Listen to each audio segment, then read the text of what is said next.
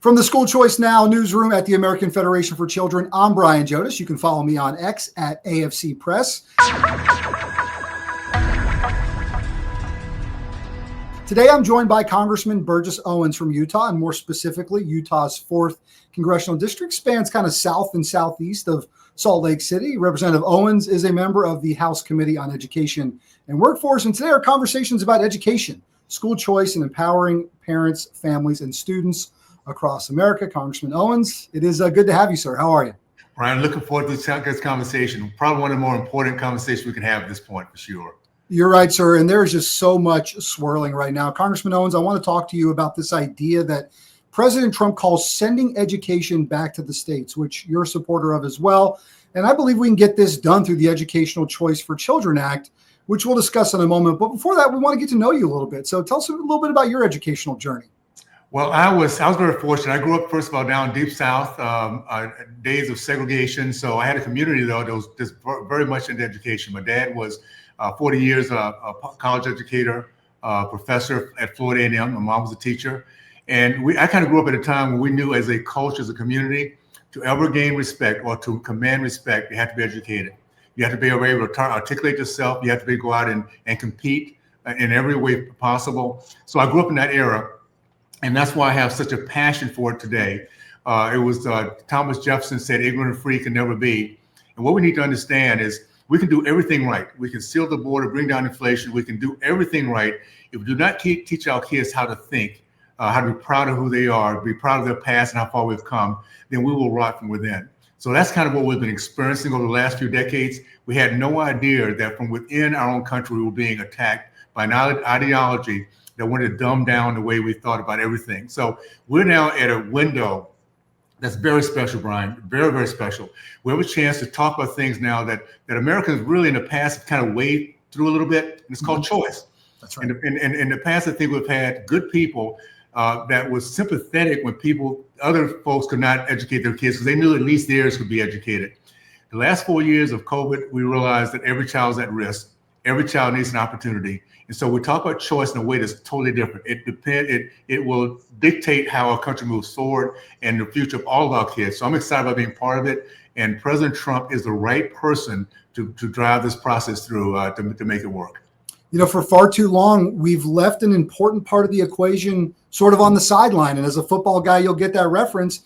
That's parents and students. They've been left out of this conversation for far too long. And the beauty of school choice and this choice in educational freedom, it brings them into the game and it propels them to have just a greater say in it.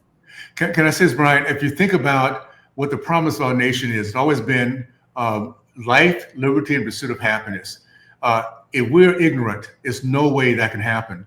If we cannot think, if we cannot reason, if we cannot articulate ourselves and have a different way of thinking, but yet respect each other because we have enough confidence in our ways of thinking, if we can't do that, we'll lose everything that we're about. Free speech, freedom of dreams and goals. So every child should have the right for life, liberty, and pursuit of happiness. Every child should therefore have the best education, no matter what their zip code is, what their parents' background is. It doesn't matter.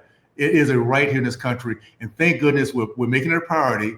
And with the Educational Choice for Children's Act that you referenced earlier, we're going to be able to really make sure that happens for kids across the country. Let's talk a little bit more about that. Congressman Owens, you're a member of the House Committee on Education and Workforce, co-sponsor of the Educational Choice for Children Act, which by a rather simple yet sort of brilliant approach to amending the tax code would really supercharge school choice across America through tax incentives for corporations or individuals to fund scholarship granting organizations that then provide scholarships to students in every state in America. And it brings school choice to every single state. Why throw your support behind this? Brian, you just nailed it, buddy. You just summarized it. I would have taken 10 minutes to do what you just did in about one. Now, it comes down to this. It's a way to give choice to every child and does not take not one red cent of resources from the local area. It's saying that we as individuals, as corporations, we can invest in our own children into a scholarship granting organization. And no matter what state that is in, parents can pull from that to give their kids charter, private, parochial, homeschool, whatever they may want to do. And here's the beauty of it. The Department of Education has no say on it. and neither does the state government. It's a nonprofit, so therefore we can have states like California that for the first time can give parents a chance to give their kids the same opportunities that they might have here in Utah or Texas or Florida. So we're excited about it, and we're going to make sure we're trying to get it through reconciliation right now. If that happens, then my goal is to go across the country to all these communities that I can explain what's available so parents can start looking and pushing the system and making sure that their kids are part of the process. Well, you mentioned trying to get it through and getting it done. And, we got to make sure that folks here in Washington. So what can our viewers, our listeners do to help you get this done? I would suggest this is one of those things that everybody should be making phone calls. And if you're listening to this, you're going to have a lot of friends who have no idea that this is out there, it's available. And part of our process, if it gets through reconciliation, it'll be part of law, is to educate every person to how well it's working so you can actually utilize it. I would say right now, we'll see if it gets through reconciliation, and we'll have this conversation again, Brian, if that's the case. If it doesn't, then we'll have to go through the traditional way of codifying it. But either way, this to me is a legacy. This is intergenerational change.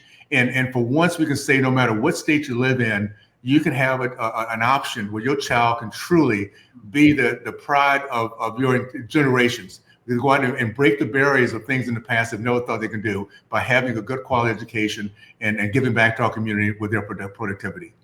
Well said. I don't get to say this often. He's Super Bowl champion, Burgess Owens, Congressman Burgess Owens from the great state of Utah. And there is a path to supercharge school choice across America. It's called the Educational Choice for Children Act. We'll be watching very closely. Congressman, just thank you so much for your time today. And absolutely. Let's continue to do this, my friends. I look forward to it. I really do. Thanks so much. Yes, sir. Yes, sir. As always, like and share this episode. Send it to your friends, family, everyone you know. It really does help us reach more people with this important message. I'm Brian Jodis. Give me a follow at AFC Press. And we'll see you next time from the American Federation for Children Newsroom.